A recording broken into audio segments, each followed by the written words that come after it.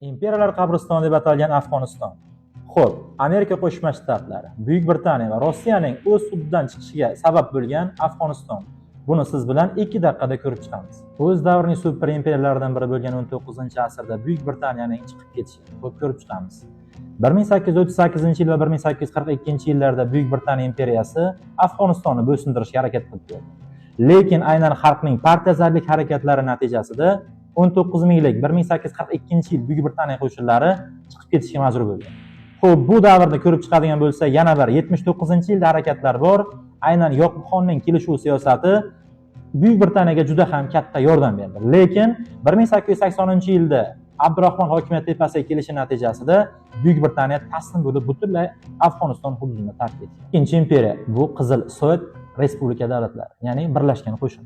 Xo'p, 1979-yilda aynan Rossiya hukumati tomonidan, ya'ni Sovet Sotsialistik Respublikasi Afg'onistonda o'zining ma'lum muddat qo'g'irchoq hukumatini saqlashga harakat qildi va hokimiyat tepasiga Hafizulloh Aminni olib kelgan.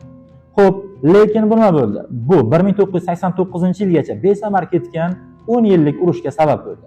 Aynan bizning bobolarimiz va amakilarimiz ham bu urushlarda qatnashgan va natijasi hech qanday muvaffaqiyat bilan yakunlanmadi.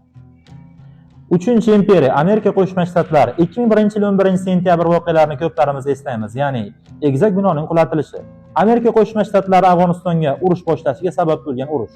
Xo'p, bu urush 2001-yildan toki 2025-yilgacha bo'lgan davr bu Amerika Qo'shma Shtatlari uchun muvaffaqiyatsizlik bilan yakunlandi va aynan Afg'onistonning partizanlik urushlari va xalqning jipslashuvi natijasida 3-imperiya Amerika Qo'shma Shtatlari ham bu yurtdan chiqib ketdi.